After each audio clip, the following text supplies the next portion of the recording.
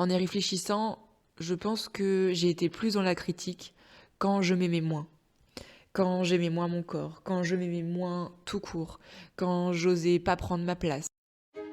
Bienvenue dans Boost ton bien-être, le podcast qui va nourrir ton esprit, élever ton énergie et t'accompagner sur le chemin de l'épanouissement personnel. Je m'appelle Marion de Roussan, je suis passionnée de bien-être et fervente défenseur de la beauté de l'humain. Il y a 15 ans, je me suis lancée dans une quête personnelle pour trouver ma place, m'aimer et prendre soin de mon corps. Je t'avoue que ça n'a pas toujours été facile, mais chaque étape m'a permis d'agrandir, d'apprendre et de me former. Aujourd'hui, je suis coach, j'ai le privilège d'accompagner les femmes vers une vie épanouissante où elles se sentent bien dans leur corps et dans leur existence. Boost ton bien-être, c'est pas simplement un podcast, c'est un espace où l'inspiration et la réflexion se rencontrent. On va explorer ensemble les différentes facettes du bien-être, te partager des histoires inspirantes et des outils concrets pour transformer ta vie. Alors que tu sois en quête de conseils pratiques, de moments de réflexion profonde ou simplement d'une dose d'inspiration quotidienne, tu es au bon endroit. Alors installe-toi confortablement, ouvre ton cœur et laisse Boost ton bien-être être ta bouffée d'air frais.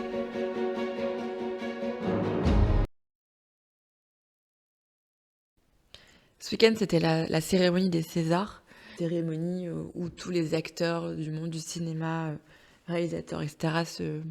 se retrouvent.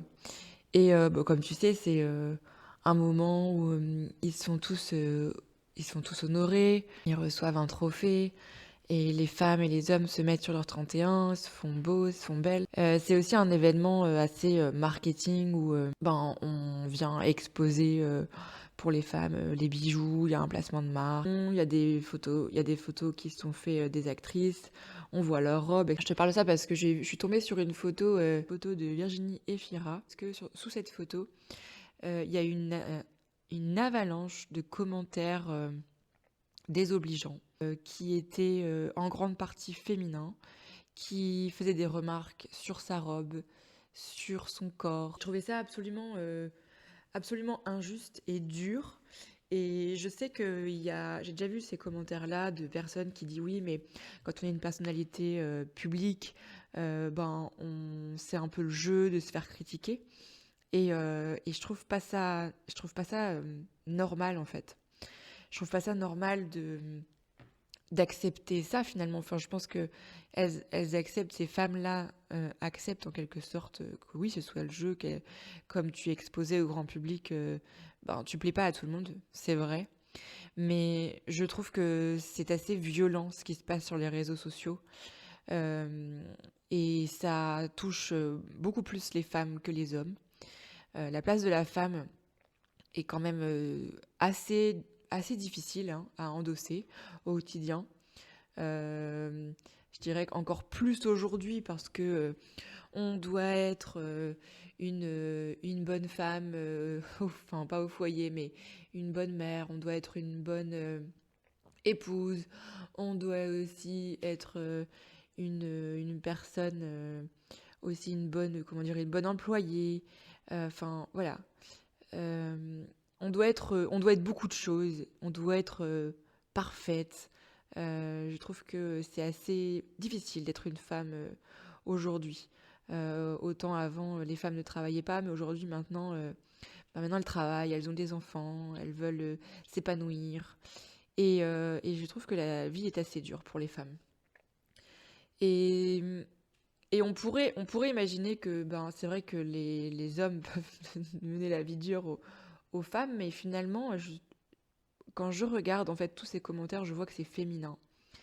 Et je me dis, mince, il y a quelque chose qui tourne pas bien, justement dans cette difficulté d'être une femme aujourd'hui. Euh, il devrait y avoir plus de sororité, plus de soutien entre nous toutes. Et c'est pas forcément le cas. Et c'est vrai que pour tourner ce podcast, je t'avoue que je l'ai tourné en plusieurs fois. Au début, j'étais un peu fâchée et je me disais, mais on se rend pas compte du poids des mots. Bref, j'allais vraiment faire quelque chose où j'allais exprimer un petit peu ben, mon côté un petit peu en colère et injuste de la chose par rapport à ces commentaires-là, parce que je pense que il faut pouvoir parler de ça, il faut pouvoir court-circuiter aussi ces langages qui est violent, il y a de la violence dans les mots, et de se cacher derrière un écran, euh, c'est pour moi de la lâcheté. Maintenant, derrière tout ça, j'ai été creuser un petit peu plus la réflexion de derrière la critique. Parce que pourquoi j'ai réfléchi à ça? Parce que je me suis dit que peut-être que parfois je suis bienveillante, mais parfois je ne le suis pas toujours, et peut-être que moi aussi, j'ai déjà critiqué, je critiquais. Et en y réfléchissant, je pense que j'ai été plus dans la critique quand je m'aimais moins. Quand j'aimais moins mon corps, quand je m'aimais moins tout court, quand j'osais pas prendre ma place. Et, et c'est ça auquel j'ai réfléchi. Je me suis dit que derrière ces personnes-là qui critiquaient, il y avait peut-être de l'envie ou cette jalousie peut-être. Et ça fait pas de nous forcément des mauvaises personnes, parce que c'est peut-être des personnes qui souffrent de leur corps, de qui elles sont, de qui elles aimeraient être, et de voir ces personnes dans la lumière, ces personnes qui osent briller, parce que c'est ça en fait. Euh, Quelqu'un qui ose briller, qui prend la lumière, eh bien il y a des personnes qui peuvent réagir. Et c'est exactement ce qui se passe, je pense, dans cette situation-là, où je vois Virginie Efira qui, en plus, a accouché à peu de temps. Euh, et c'est vrai que pour les femmes, moi qui est aussi maman, qui a accouché, ça a été un tsunami. Euh, la, le postpartum a été un tsunami pour moi. Et c'est vrai que quand on va voir une Kate Middleton qui sort toute bien, toute pimpante, oui, on a l'esprit critique en disant mais c'est pas possible. Comme on peut voir Virginie Efira, et oui, il y a des critiques sur sa robe, il y a des critiques sur son corps. Et finalement, je, je déplore absolument ça, parce que nous ne sommes personne pour émettre un jugement sur le style d'une personne, et encore moins sur son corps. Euh, voilà, je cautionne pas ça du tout, parce que c'est de la violence en fait. Derrière les mots, c'est aussi violent que les gestes. Et d'ailleurs, ça a été démontré en neurosciences. Il y a des études qui ont montré que euh, les mots avaient autant d'impact sur la destruction au niveau cérébral que la violence physique. Donc, euh, donc c'est le double discours que j'ai envie de vous donner. Alors, c'est pas un discours opposé, mais c'est dire que je comprends en fait les deux côtés. Je comprends que prendre sa place, briller, ça demande du courage, d'oser, et en même temps ça donne confiance en soi. Et j'invite, et c'est dans mes coachings, dans mon programme du Queen's Club, où j'invite à ça, à prendre sa place. Et c'est vraiment libérateur euh, d'oser briller. Et c'est vrai que ça demande parfois du courage, ça demande de s'aimer. Et c'est tout un parcours.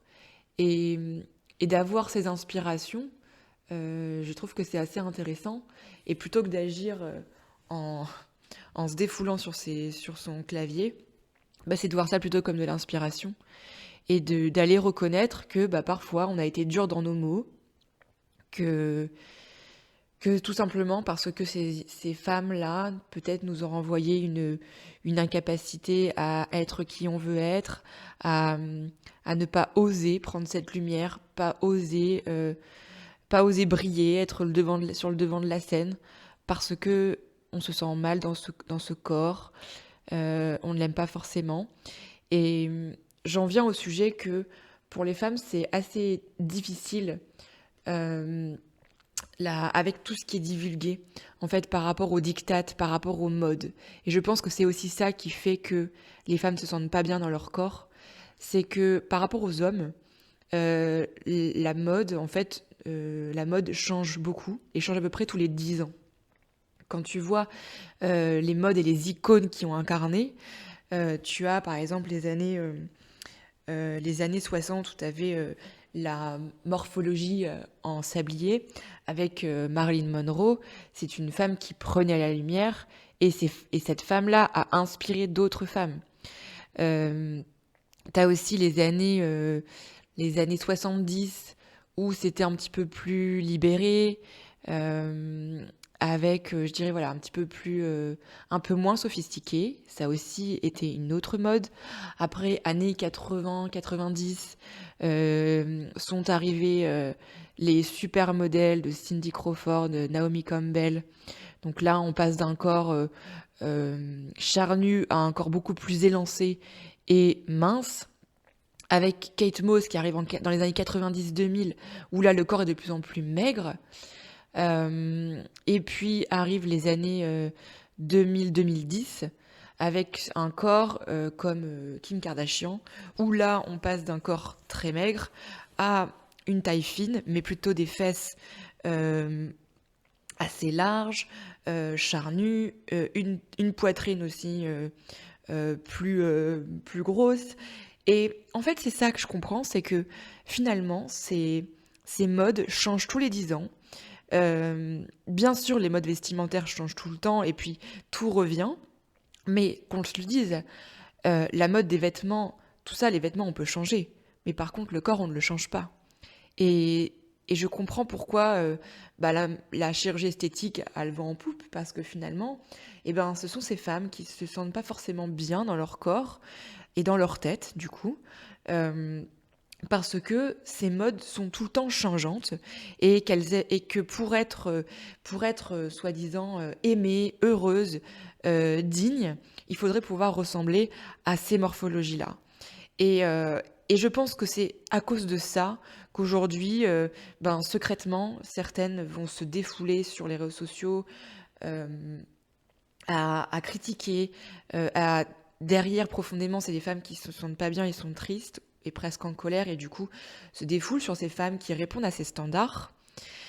Donc voilà, j'ai mis un peu de douceur sur mon discours et un peu de compréhension. Et je pense que il y a aussi cette tendance aujourd'hui en ce moment qui est un peu plus cette tendance qui est ce mouvement du body positive qui fait du bien quand même. Donc je pense que c'est en train de changer, même s'il y a toujours ces modes et ces morphologies qui sont transmis par les réseaux sociaux, par tout ce marketing, la télévision, les séries télé, etc. Aujourd'hui, on ose quand même montrer plus les véritables corps, l'authenticité, avec les vergetures, par exemple sur cette photo de Virginie Efira, il y a une femme qui critiquait le fait qu'on voyait sa gaine et que du coup, voilà, c'est absolument moche. Et en même temps, je pense que plus il y aura d'authenticité sur ces photos, sur ce qu'on va montrer, et plus ça va apaiser en fait, apaiser ses cœurs, apaiser voilà, c'est ce mal-être en fin de compte. Et cette ère du body positive fait du bien parce que ça, ça donne ce côté, on va enlever un peu le masque, on va enlever les filtres en disant, bah voilà, cette femme-là, derrière ce maquillage, eh bien, oui, elle peut s'honorer avec ce maquillage et à la fois, quand elle rentre, elle a de l'acné. Oui, cette posture sur cette photo, tu la vois, elle est bien mise en avant, mais en fait, elle a aussi de la cellulite sur le corps et que toutes les femmes, du coup, peuvent se reconnaître là-dedans. Et donc, je pense que c'est important tout ça de pouvoir reconnaître que c'est pas simple, que toute cette agitation, cette violence dans les mots, où c'est plus facile de se cacher parce que j'espère qu'il n'y a pas autant de violence qui est dite directement à ces femmes. En tout cas, si un jour vous avez reçu des mots qui ont été violents, et c'est aussi peut-être pour ça que vous en êtes là, que vous-même vous critiquez parce que vous avez reçu ces mots-là un jour, on vous a fait des remarques sur votre poids, que ce soit du, de remarques masculines mais aussi féminines. Et voilà, je voudrais quand même donner un peu cette vulnérabilité-là parce qu'il n'y a pas de mauvaises ou de bonnes personnes finalement. Il n'y a que des personnes qui aussi souffrent, mais je voudrais quand même mettre en garde, vous dire que les mots que vous employez à quelqu'un, je sais combien ça peut être dur un jour dans votre vie, les remarques que vous avez reçues, mais je pense qu'on a besoin de transmettre aussi on a besoin de transmettre des choses qui nous enveloppent et qui nous fait de pouvoir se soutenir entre femmes. Moi, j'ai vraiment envie de ça, j'ai vraiment envie de libérer la parole, j'ai envie de libérer ce qu'on a pu entendre et dire que non, on n'accepte pas ça. Et on n'a pas envie non plus pour nos enfants, nos filles, que ça perdure en fait. J'ai vraiment envie que voilà, cette parole se libère et qu'on puisse se sentir à l'aise dans nos corps parce qu'on n'a qu'un seul corps. On n'a qu'un seul corps et on va pas le changer.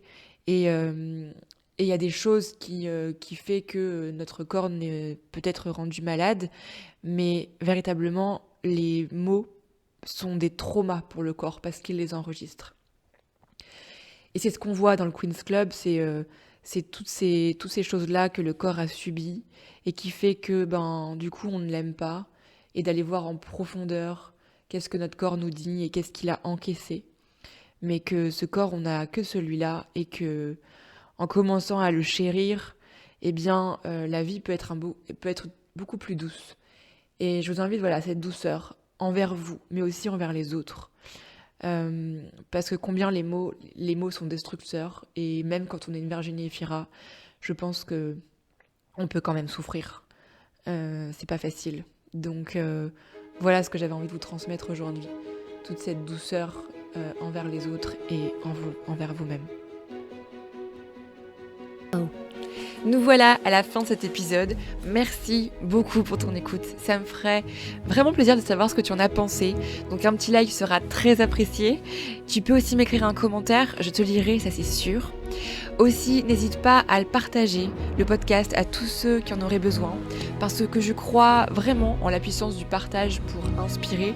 Mon objectif, c'est de toucher le plus de monde possible, que le podcast soit connu pour aider le plus grand nombre. Tu peux me retrouver aussi sur mes réseaux sociaux, Instagram et Facebook au nom de Marion de Roussan. Sur ce, à très bientôt pour un nouvel épisode. En attendant, prends bien soin de toi.